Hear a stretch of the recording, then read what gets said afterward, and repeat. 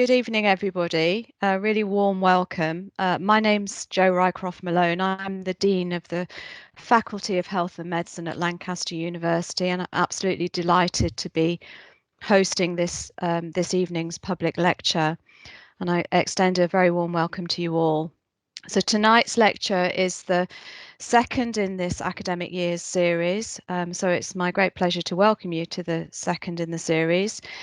As you will understand, our lecture series is an extremely important part of the university's engagement with its communities, and we aim to host lectures that are meaningful, relevant, and most importantly, interesting for you all attending. And I'm sure that tonight will be no exception. And tonight we are joined by Catherine Walshe, Professor Catherine Walshe, and Professor Nancy Preston from the Division of Health Research, and Dr. Rachel Marshall and Dr. Rachel Tyrrell-Smith from Lancaster Environment Centre and the City Council, respectively. What we're going to do is present this lecture in two parts. In the first part, Professor Walshe and Professor Preston will explore two aspects of care in the context of research being done within the COVID caring context, research around personal wishes, around advanced care planning and choices in the context of COVID. In the second part of the lecture, Dr. Marshall and Dr. Tyrrell-Smith will discuss how the pandemic has highlighted food inequalities in the country and how we can respond to that as a region to that crisis. I wish you an extremely enjoyable evening, and in the first instance, I'm very pleased to hand over to Professor Catherine Walshe. Catherine, over to you. Thanks very much. So I'm absolutely delighted today to be sharing some of the research that we've been doing around COVID. And we're going to be looking at some of the work that we've been doing on volunteering in the time of COVID. Okay, so I'm sharing some of the information from our current study, and in fact we're still conducting this study at the moment, so it is truly hot off the press. Nancy and I both work within the International Observatory on End-of-Life Care, and we've been involved in a study looking at specialist palliative care in the time of COVID. And I particularly looked at some of the information for this talk on volunteering in the time of COVID. And hopefully as we go through, you'll understand a little bit about why I've called it protecting and prohibiting. Before I go any further, I just want to acknowledge the whole team. No research happens without a team, and this really has been a team effort with colleagues down at King's College in London, York University, Hull York Medical School, as well as ourselves at Lancaster University. So a huge thank you to everybody. I want to talk a little bit about volunteering first. Right at the beginning of the pandemic, you'll probably remember a huge call went out for NHS volunteer responders. Volunteering was seen as really critically important in terms of our community and public response to COVID. Now, you might argue that perhaps those volunteers were not as well deployed as they could do, but I understand they had something like 750,000 volunteers that came forwards pretty swiftly after the call came out. That's really pretty impressive. But I'm not talking today about those general volunteers. I'm talking about the volunteers that work within specialist palliative care, which typically here in the UK would be people volunteering with a hospice, but it might also be end-of-life care within hospital settings. We know that such volunteers are really important. Research that we did here at Lancaster quite some time ago now found that within hospice and specialist palliative care settings, there are actually 1.5 volunteers per paid member of staff. So they're a huge workforce. We also know from recent work internationally that they're a very stable workforce. Lots of people continue to volunteer for years. And they also give a lot of their time. The average amount of time in a recent study given by volunteers was actually 8 hours a week. So this is a really critically important part of the way that we provide palliative and end-of-life care. So what sort of things do volunteers do?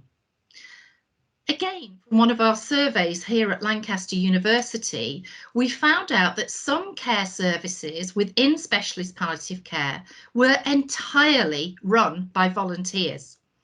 And here you can see the size of the square that I'm displaying here actually relates to the amount of time or the frequency with which they are running those services. So you can see the large sort of turquoisey square is actually creative therapies. So lots of volunteers involved in perhaps art therapy, for example, or similar things happening within hospices. But you can also see they're really involved in lots of other things as well. Complementary therapies, counselling, physiotherapy, social work. These are not services that are peripheral to the way that we're providing care. They're fundamentally important to the way that we're providing care. And these are just the services that are entirely run by volunteers. Clearly, there are volunteers working in all aspects of these services, and increasingly in recent years, actually in direct patient-focused care. We've done some previous research looking at such direct patient-focused care. And one of the studies that both Nancy and I were involved with was actually a trial looking at volunteers providing befriending services to people towards the end of their lives at home. We know from this study that volunteering was safe and effective. And we found that the more care that a volunteer provided, then the more the impact the person was. So it's not just about having volunteers, but it's actually about the amount of time that a volunteer might spend providing care. So we knew that volunteers were important. And when we were putting together the plans for our CovPall study, as we've called it, looking at palliative care in COVID-19, we knew that asking some questions about volunteers was going to be important. Now, it wasn't a study just about volunteers, and Nancy will talk about some of the other data from it and some of our other studies later. And we also asked lots of questions about the care that professionals were giving within hospices and specialist palliative care services. But I'm just going to be focusing today on some of the data from about the volunteers. So what we did was actually an international survey, and you can see here that it was truly international. So because it was run from a research team or teams outside of the UK, unsurprisingly, a lot of our responses were from within the UK. And you can see here, out of the 458 services that responded, 277 of them were here in the UK. But there were plenty across Europe and also the rest of the world. So one of the core questions that we asked was, what sort of work do volunteers do within your services pre-COVID? What sort of things were they involved with? And of course, they could put multiple responses, which is why these percentages don't add up to 100%. But you can see that across the services that responded, 59% said that the volunteers were giving direct patient care. They were in the inpatient unit, in home, in the day hospice, wherever, providing direct support to patients. 52% have them providing indirect support, and that was everything from perhaps helping with the gardening to being on reception, or to providing sort of teas, coffees and refreshments to family carers. 49% had people working in what we call back office functions, perhaps working in the finance department or something similar of the hospice or specialist palliative care service. And 46% of them were the face that you might see of hospice and palliative care, which is something like fundraising. So they were working perhaps in the charity shops, which are a common feature on many of our high streets. So you can see from this that nearly half of services that responded had volunteers working in multiple different ways. So volunteers clearly are crucial to the way that these services operate and work. We then asked some questions about the impact of COVID-19. Now, we collected these data from April through to July, so this was the peak of the first wave for many of the services that were responding. It was international, so you can see that the impact was slightly different.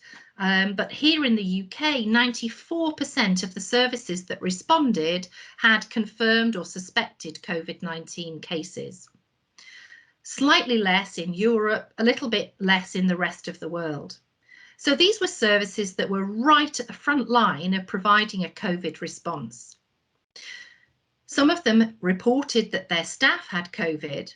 And of course, some of that is not about getting COVID in the workplace, but it's about community transmission as well. But actually only 9% of services reported any of their volunteers that had had COVID. So COVID wasn't particularly affecting their volunteers as a diagnosis, but it was certainly affecting the services that responded. We then asked them what happened to their volunteers during this time of the COVID pandemic. And here you can see a massive decline in the use of volunteers within these services. So while a small percentage said that they had a lot more use of volunteers or slightly more use of volunteers, you can see here that the vast majority said they were either using volunteers slightly less, or for nearly 80% of them, much less use of volunteers. So whilst volunteers were clearly critically important to the way these services were being delivered normally pre-COVID, suddenly we had a huge number of services, about 90%, that suddenly had virtually no volunteers supporting their work at all. That's really quite important. And you can see that was across the board. So here you can see I've categorized that as UK, Europe or world. And here it's very clear that it didn't really matter where you were, whether you were in the UK or elsewhere, the percentage of services with much less volunteer deployment was pretty much across the board. And we can see that was often because of the policies that were almost immediately adopted by these services. So these are two examples from here in England. In a hospital palliative care service, we're not deploying volunteers at all at the moment. And again, in a hospice, and they're here talking about their inpatient unit, due to COVID-19, we now do not have any volunteers working within any of our services. We then looked at the free text comments within the survey to see if we could try and understand a little bit more about what was driving this. And I guess it comes as perhaps no surprise at all that a lot of this came from a need to protect, a recognition that volunteers were not paid employees and that they are often in some of the most vulnerable groups of society where it came to their susceptibility to becoming seriously ill with COVID. So these organisations wanted to protect people that were working with them. So here, this is an international example from South Africa, but we could see similar sentiments from nearly all of our services. So no volunteers are called upon to offer their services because they're generally over 65 years and their families were worried about them. They were worried about undue exposure and risk. And clearly, we know here in the UK that many of our volunteers are retired. They are in those higher risk categories. So it's perhaps unsurprising that they wanted to protect, that they wanted to look after the volunteers that were working alongside them. Sometimes, however, you could see a real knee-jerk reaction, that the policies and procedures of the services almost immediately said, no, we can't have this. So often there was a very early, as it says here, corporate steer, no volunteers in the hospital. And when we looked at some of these, they said only essential staff. And again, you could see why people were doing that. They wanted less footfall within the hospice or within the hospital. They wanted to reduce the number of people that might be around. And in some instances, and we could see that particularly here in the UK, particularly at the beginning of the pandemic when there were shortages, they wanted to, conserve the amount of PPE available for staff who were providing direct patient care. And also in the context where people were having to do multiple risk assessments and create new COVID policies, perhaps it's unsurprising that creating policies that enabled the safe deployment of volunteers, or as safe as we could possibly make it, might not have been a priority. And in fact, in that initial pandemic phase, it's hard as well perhaps to think laterally and creatively. But we could then see that starting to happen. We could see the organisation starting to adapt to COVID and to think innovatively about new roles that those volunteers could fulfil. So here's a really nice example of moving their volunteers. This is an American example over to a remote way of working. So here they'd use their existing volunteers and they put them in a buddy program where the volunteers were calling people to check in and offer support, recognising that many of the people that would normally perhaps use these hospice and specialist palliative care services might be isolated at home and need somebody checking in at them. They were bridging that gap from quarantining at home to the community. And here, one of the hospices here in the UK got their volunteers calling GP practices to enable them to complete some of the care plans, possibly some of the things that Nancy's going to be talking about later. And they also had volunteers calling care homes to navigate them through the creation of new care plans for their residents. These were things that volunteers weren't doing previously. And what we're doing at the moment with these data is trying to dig a little bit more into it to try and understand what it is about these organisations that enabled them to, respond very rapidly. So in conclusion, the volunteers were mostly prevented from supporting all or many forms of palliative care. And we would argue, particularly as we're in wave 2 and there might be wave 3 or more coming, that we need to think about those redeployment plans that appropriately protect or prohibit and actually enable that adaptation. That we spread the knowledge of appropriate and innovative roles that are virtual or appropriately risk assessed, recognising that perhaps we need to skill up our volunteers to enable them to work in that remote way. And we also need to think a little bit seriously, I think, about widening that volunteer base, perhaps away from older people who might be more likely to be affected by COVID-19. So thank you very much. I hope that was helpful and useful in terms of understanding a little bit about that part of the study. I'm going to hand over to Nancy now, who's going to talk a little bit more about some of the care planning aspects of the study. Thank you, Nancy. So I'm Nancy Preston, and like Catherine, I'm also a Professor of Palliative Care at the International Observatory on End-of-Life Care at Lancaster University. And like Catherine, we do a lot of our work across the country, but also across Europe and internationally. So if you go to the first slide, Catherine. If you ask where people would want to die, about 70% of people would say at home, but there are many other issues to consider. Can you click again, Catherine? So you might want to think, where do I want to die? Who would I want with me if I were to die? More difficult conversations around, would I want to be resuscitated? Would I want to be ventilated? Would I want to be in intensive care? And if you want to achieve these ideas, then you need to have a plan to make that happen. So the next slide. Advanced care planning is about a point in the future when you might be too unwell to be able to part of the decision making, and that's key, because as long as you can talk, you can be part of the decision making about all care that you're involved with. But should there become a point where you can't do that, then advanced care planning can come in. And making an advanced care plan is thinking through those sort of questions I was asking on the initial slides. So it's thinking about what might be helpful and sharing those thoughts with somebody, a family member, a friend, writing them down in some kind of plans, and ideally even sharing them with a healthcare professional. The problem is most people only think about these sort of planning when they're faced with a life-threatening situation, and that's probably not the best time to have these conversations, and I think COVID has been a real example of that. So next slide, Catherine.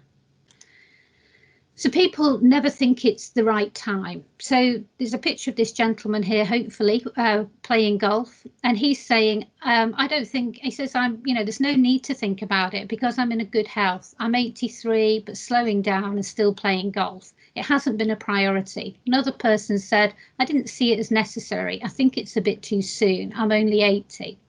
But the problem is if we don't plan for how you might die, you might die in quite a different way, and this can be hard not only on you but the people who are left to make the decisions for you. So Catherine, if you can go to the next slide. So this is Jean. Jean has advanced heart failure, and she had good days and bad days. She spent some of the time at the hospice but mainly lived at home with her daughter, and she'd had a day shopping with her daughter. And she came home and unfortunately she collapsed and her heart had stopped. If you can click, Catherine. So she said she knew she wanted to die in the hospice. But the other thing she knew, if Catherine clicks again, I want everything done for me. And that was really difficult for her daughter. So to die in the hospice would insinuate a more natural death. To die with everything done for me would include resuscitation, intensive care, all those sorts of things. So next slide. So her daughter called the ambulance. Her mother was admitted to the intensive care unit, and this then left a difficult decision. And 5 days later, after a consultation with the medical team, the daughter agreed that her mother's life support system should be switched off. So the next slide.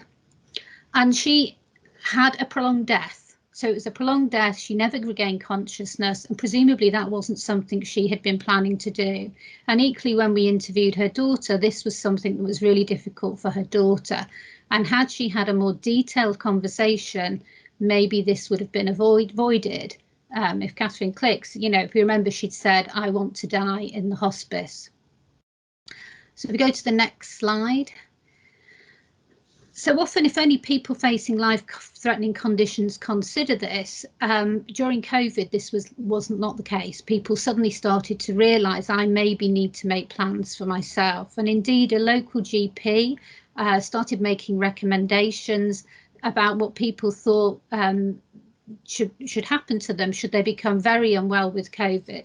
Would they want to be admitted to hospital, and would they want to be on a ventilator? And he recommended to families to have upfront and honest conversations. But in the sort of national fear and anxiety about COVID, this was almost seen as rationing care, and he came under criticism from the Daily Mail and a local MP. But actually all he was doing was trying to get people to think through and open up a conversation about the care they wanted to receive.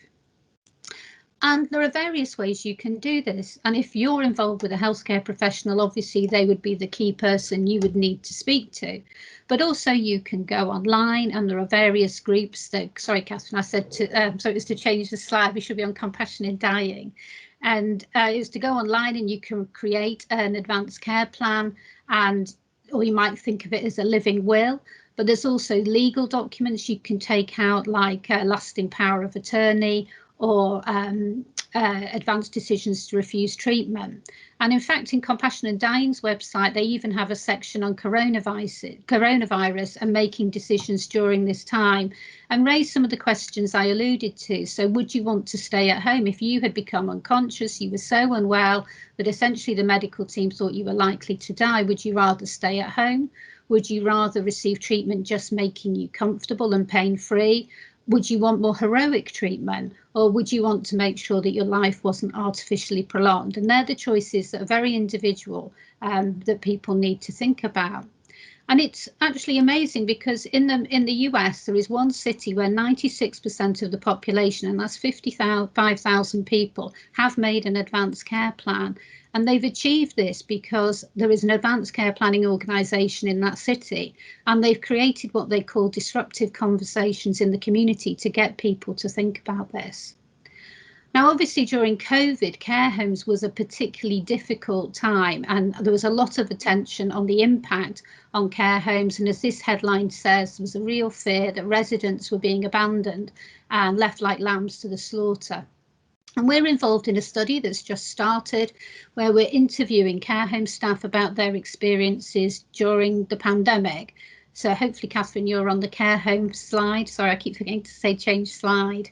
It's very much in the early days, but we are visiting the homes, interviewing the care home staff, interviewing residents, interviewing families, and also community care teams to see what was their reaction. And we're already hearing more encouraging stories that emergency care plans were put into place, so that if someone did become unwell, at least with some basic guidance as to what people would want. So do the next slide. So advanced care planning research in care homes, we were already doing this at the start of the pandemic in another study called My Support, and Catherine and I were both involved in this study where we developed an intervention to develop care home staff and families to have real conversations about the kind of care that was needed for people with advanced dementia who couldn't speak for themselves. Now, due to the pandemic, we could no longer give this training. We couldn't set up the training, bring people. Everyone was coming to Belfast to get trained up. This wasn't possible anymore. So we developed an online training tool. And because we'd developed an online training tool for the My Support study, we decided to put in a COVID call grant to get another study funded to roll that out for any resident in any care home to try and develop training and support for the care home staff and the families and the residents so that they could have a more skilled approach to having these conversations, which we called necessary discussions. And we've created the training package just about now, and it should be rolled out early next year. And we hope that this will have an impact, obviously, during the pandemic, but also post the pandemic, so that people are more likely to have these conversations. Because a review quite early into the pandemic in August demonstrated that in this report that most training is aimed at clinicians rather than families and residents and patients or the public. And indeed, there are few online resources. So we're hoping we're going some way to meet this need. Finally, thinking about the survey that Catherine and I were involved with, as she said, we looked at advanced care planning and what had happened during advanced care planning during the first peak of the pandemic. And we found that 38% of palliative care services were asked to provide more help with advanced care planning. And indeed, clinicians were much more open to asking for support and help in how to do this. But obviously there are challenges. So initially, the first thing is COVID was new. So clinicians didn't know what a COVID death might look like. So it's quite hard to talk that through when you yourself have no personal experience of this. It was also hard to have a personalised approach when you're having these conversations like we are tonight using Zoom and Skype and all the vagaries of whether they work or not. People would find it difficult even if they were face-to-face because people were wearing PPE, they were wearing face masks, they were wearing visors. There was literally a physical barrier between normal conversation. There were major shortages of staff at the early part of the pandemic, with huge numbers of staff self-isolating because we didn't have testing capacity. And then on top of that, if you want to share information, we'd largely gone paperless. So some of our old systems of keeping the document with the patient so that everybody could read it was quite difficult when you're going through a paperless system. And as I said earlier on, it's all happening in the context of fear and uncertainty. And these conversations are difficult enough at the best of times. So doing it during the middle of a pandemic with a lot of fear, and particularly fear that was rationing of services, is problematic. So just in conclusion, we did also do a large randomised control with 1,100 people across Europe with advanced cancer. And we were hoping people's quality of life might be improved just by conducting an advanced care planning conversation. And we didn't find that. But what we did find was people really acknowledged this was a difficult conversation to have, but it was also a useful conversation in the sense that it made you think about things you wouldn't have done, and it made you talk to somebody else and share that information. So as this participant said, it was okay for me, a chance to think about these situations. I maybe try to push it to the back of my mind now that I am sick.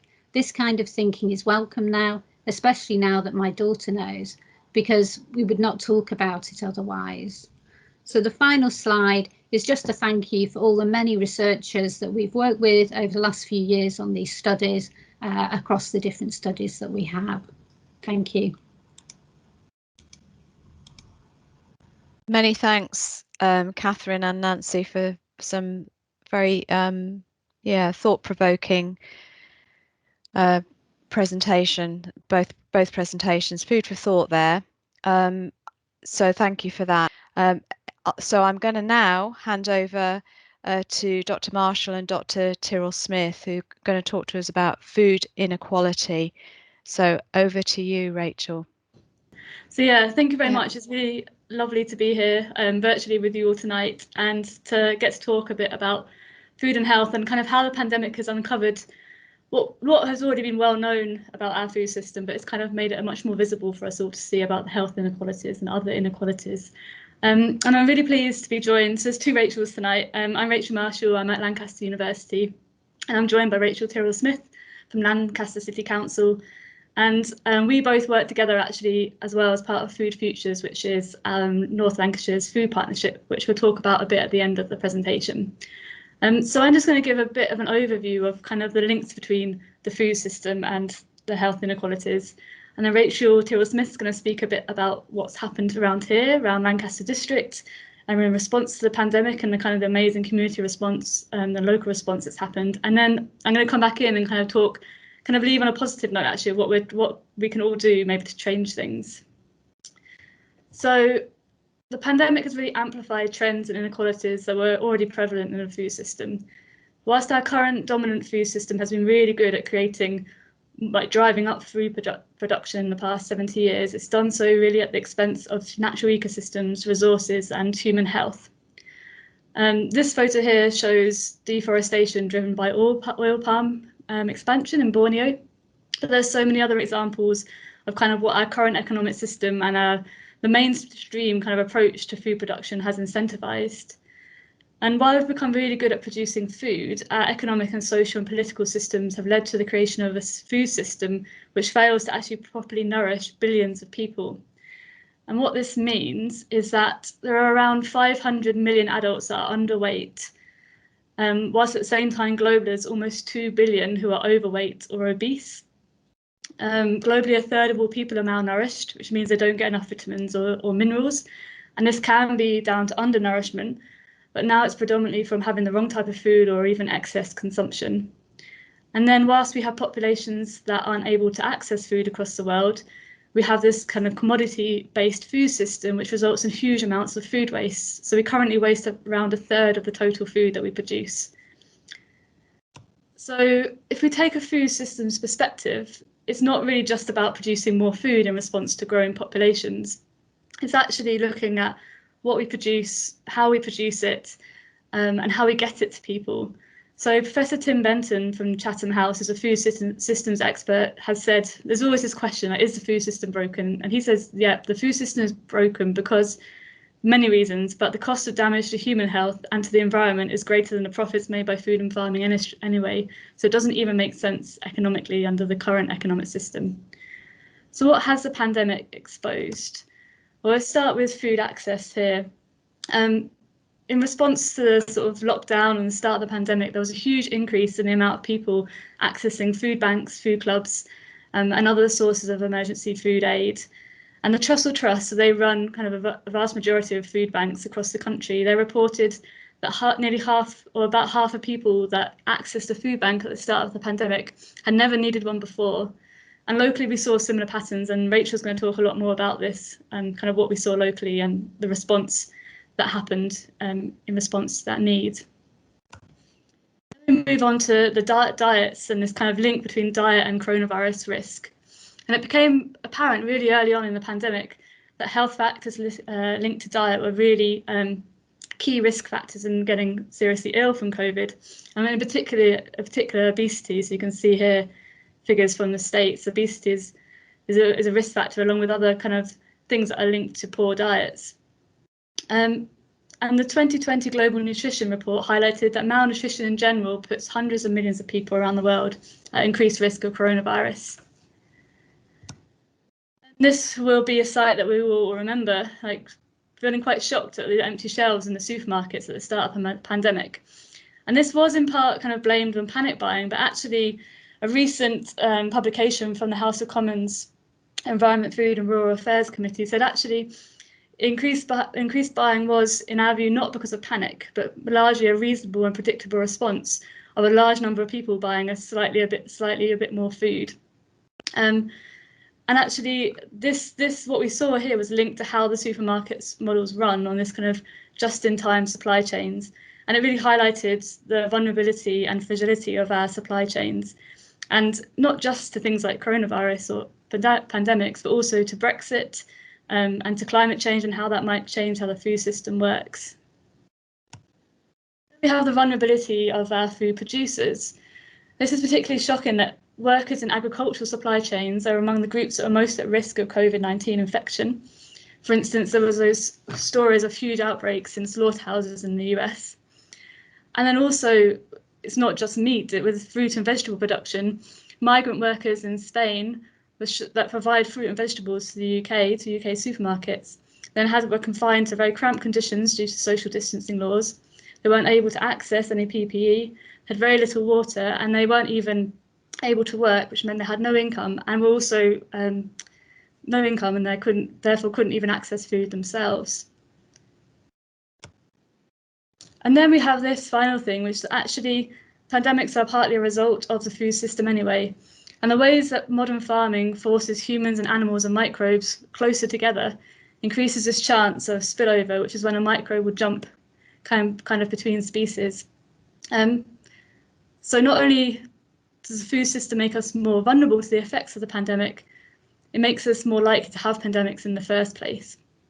So the pandemic has exposed much of what we already know about our food system, but it's never been so visible before. And Rachel now is going to talk a bit about what was seen locally, what was really visible to our eyes, kind of all around us. And I'm going to do the slides. Are you there, Rachel? I am, yes. Hello. So thank you for the invitation to speak this evening. I'm Rachel Tyrrell-Smith. I am Public Health Project Coordinator at Lancaster City Council, working across a range of public health issues, including food poverty and health inequalities. So as part of this role, I coordinate the Lancaster District Food Poverty Alliance, which brings together organisations and individuals working towards the common aim of ensuring all residents have access to affordable, nourishing foods. The Alliance encompasses a wide range of organisations drawn up from key public sector authorities and health, third sector organisations, education and faith groups, with the understanding that no individual organisation can tackle this issue alone. So to give a little background into the issue of food insecurity in the Lancaster district, it's important to consider the poverty statistics in the area. We are home to 7 of the most deprived wards in the country, and 4 of those wards fall into the bottom 5% in terms of IMD. Almost a third of children in the Lancaster area are living in poverty, and based on housing energy efficiency, energy costs and household income, 13.8% of households in the district are considered to be in fuel poverty, higher than the national average of 10.9%. Inequalities in health can be seen across the district, and you can walk only a few miles down the coast of Morecambe Bay and find an almost 10-year difference in life expectancy. Next slide, please. This map, put together by Dr. Diana Smith at the University of Southampton, shows the estimated percentage of households at increased risk of experiencing food insecurity based on demographic characteristics collated in 2019. Those most at risk are low-income single-parent households, low-income households with dependent children, people aged 16 to 64 who live alone on a low income, and people aged over 65 years who live alone. Next slide. Lancaster and Morecambe are home to two large food banks, the Trussell Trust Group Morecambe Bay Food Bank and the independently run Olive Branch. Food insecurity risk was already at high levels and demand for emergency food provision was on the rise coming into 2020. Following the onset of the COVID-19 pandemic, the demand in 2020 has increased dramatically. The figures reported here are a weekly average for the year, with 2020 only covering the period from January to September. Collectively, the Olive Branch and the Morecambe Bay food banks have responded to an average of over 500 food parcel requests each week over the first 6 months of the COVID-19 pandemic. This equates to around 750 adults and 320 children supported with emergency food each week. Next slide. So prior to the pandemic, Lancaster City Council had already identified food poverty as a priority issue within their corporate strategy document. And at the beginning of April, £600,000 was allocated to emergency food provision during the pandemic. During the first lockdown, over 27,000 phone calls or visits were made to vulnerable individuals to check whether they had support with accessing food and medicine. We were able to do this because the City Council has adopted the Ensuring Council model, whereby all council services such as waste collection, leisure and council housing are retained in-house. And a huge redeployment exercise in early April saw gardeners, benefits advisors, gym instructors and many others manning phones. In addition to this, Alliance members met regularly during the period to share information and help emergency food services run smoothly. And I'm now going to talk through some examples of emergency food support implemented over the last few months in response to COVID-19 demands locally. Next slide, thank you. So firstly, a partnership was formed between Lancaster City Council and Morecambe Bay Food Bank, which saw the operation move to Saltaire Leisure Centre and more recently to the platform. Both food banks have had to increase their operations and move from their previous premises in order to meet the demand and implement social distancing for staff and volunteers. By offering home deliveries of food parcels, food can quickly be provided to those most in need with limited contact, thereby reducing the COVID-19 risks. However, the lack of face-to-face meetings has meant that there have been fewer opportunities to provide the additional support that's often offered alongside the immediate need for food, such as benefit checks, debt and housing support. Next slide. However, the food banks are just the tip of the iceberg when deal with immediate crisis scenarios. There are much larger populations struggling long-term to access a healthy diet. Like the food banks, demand on the district's 13 food clubs has increased over the pandemic, with over 750 members supported in this way on a weekly basis, and the waiting lists for these are growing. Next slide.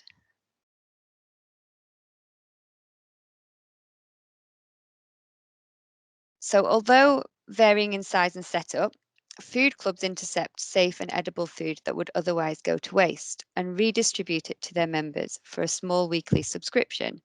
So usually this is around the £3 mark. In return, members receive around £15 to £20 worth of food, helping their food budget stretch a little bit further. This normally takes place in community venues, providing opportunities for socialising and some choice over the food items received. Like the food banks, most food clubs have been delivering pre-packaged food parcels over the pandemic periods, which has been rather labour intensive, with many volunteer drivers stepping up to the mark. Next slide, thank you. Prior to the pandemic, Egg Cup were just starting out as a surplus food depot. The idea being to carry out targeted collection of surplus food from local businesses to redistribute within the Lancaster district footprint. They have adapted and refocused their efforts on making sure that where food clubs were no longer able to run safely, members didn't miss out on that provision. So this included setting up a buying cooperative to help give members some consistent staple items, as surplus food provision can vary somewhat. They have recently opened a hub for food club collections in Lancaster city centre, and you'll notice the transformation of the space undertaken to scale up provision by staff and volunteers in these photographs. Next slide. So they are now able to offer members more of a choice in the food items they receive each week, in a halfway house between community centre setup and deliveries. Food club members having a choice helps retain dignity in provision, something that is very important. In collaboration with Stanley's Community Centre, premises have also been secured for a similar facility in the West End of Morecambe, which is due to open its doors in the new year. Next slide. Egg Cup have also worked alongside Lancaster and Morecambe College, Chefs Catering Northwest, Age UK and the Council to produce and distribute frozen ready meals to the most vulnerable people who are finding it difficult to prepare meals for themselves, either due to physical or mental health reasons or lack of cooking facilities. This project has provided substantial support to 93 clients over the course of the pandemic and provided over 9,000 ready meals in the process. Next slide. So what's next? Amongst all of this reactive work, the Lancaster District Food Poverty Alliance have been developing a collaborative food poverty action plan to ensure a joined up evidence-based approach to tackling food poverty locally, which is due to be published early next year, with the overarching aim of ensuring residents in the district have access to affordable, nourishing food. There are 8 key areas to the plan outlined here. Thank you. But the plan will just be the start of the conversation and the journey in the Lancaster district. And we recognise that in order to successfully address food poverty, we need action from all levels and from communities working together. We would therefore encourage anyone with an interest in the area to get involved. Thank you very much. I'll hand back over to Rachel. Great. Yeah. So yeah, as Rachel was saying, if we want to sort of, there's a reactive thing about reacting to the crises, but there's also a longer term thing of how do we make sure we don't have the crisis in the first place, and how do we create a different food system? It's a really big and complex discussion, and I'm not going to be able to go into detail with it at all here. But I'm going to just highlight this idea about food sovereignty, because this is something that's really important. And I'm going to use this quote here from Global Justice Now. So food sovereignty allows communities control over the way the food is produced, traded and consumed. And it could create a food system that's designed to help people and the environment rather than to make profits for multinational corporations.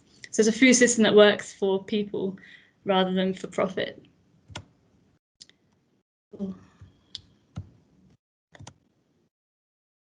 So it might feel like an impossible system to build kind of out of our current reality, but here in North Lancashire we have a food partnership that's trying to do just do something like that.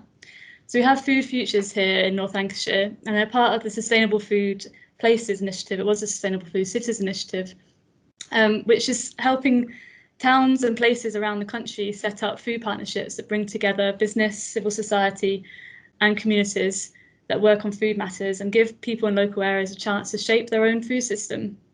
So the partnership has a number of working groups. So you can see the 5 working groups here on the slide that then feed into like a central partnership. Just to give a few examples of the type of work and kind of things that the partnership has done over the past few years, the health group helps host events such as Lancaster Health Festival. We've got a working group on food economy, which works with producers, and it's currently setting up a market garden just outside of Lancaster near Garstang at Old Holly Farm called The Plot. And this will supply organic produce to the city and to the district, but it'll also be a training farm, so it will train others looking to develop a career in food production. And then we have a food and environment group, which is looking to take forward the recommendations from the Lancaster District People's Jury on Climate Change, which were announced, I think, last week. And many of those were linked to food and farming. And I've included a link here to the website with the People's Jury's recommendations on, because it's really fantastic to see what a group of people coming together from all across the district with all different types of views about climate change, what they recommend we should do here in our district to tackle climate change. And as a partnership, we're about to start a process of community and business engagement as we shape a 10-year food strategy. And this food strategy will link in the Food Poverty Alliance strategy that Rachel talked about, and it'll also link to the Council's 2030, so their own sort of 10-year plan. We want to get as many people involved in this as possible, and we've designed this 5-month strategy development process. So in December and January, we're going to have our working groups meeting. They're going to do some development around their kind of aims and things that they work on, and anyone is welcome to that. So if you see a group that would be of interest, then please just get in contact with Anna Clayton. She's the coordinator of the Food Partnership, and her contact here is at the bottom of the slide. And then in February, there's going to be lots of events that are aimed at reaching out much more widely. So it will include community conversations, art competition, and focus groups. And then in March and April, we'll be putting all those bits together, forming the strategy, releasing it, getting feedback, and then we're going to be having a launch in May, which will have a whole range of events, including food and art, that hopefully will enable people to taste and kind of see the shared food future that we've come up with together. So yeah, if you have, if you're interested, you want to find out more, there's a website address there. You can contact Anna, or you can contact myself or Rachel, and our contact details are on this page. So as Rachel said, if we're going to successfully address food system issues, we need to action at all levels and from within our communities working together. And these are some different ways that you can get involved. So you could join the Food Partnership and take actions on things that you care about, and get involved with the strategy development. There's donations of food and money to local food banks and food clubs. You explore different volunteering opportunities. And then actually, if you need access emergency, then please get in touch with Rachel Tyrrell-Smith, who can point you in the right direction. And yeah, thank you very much for listening.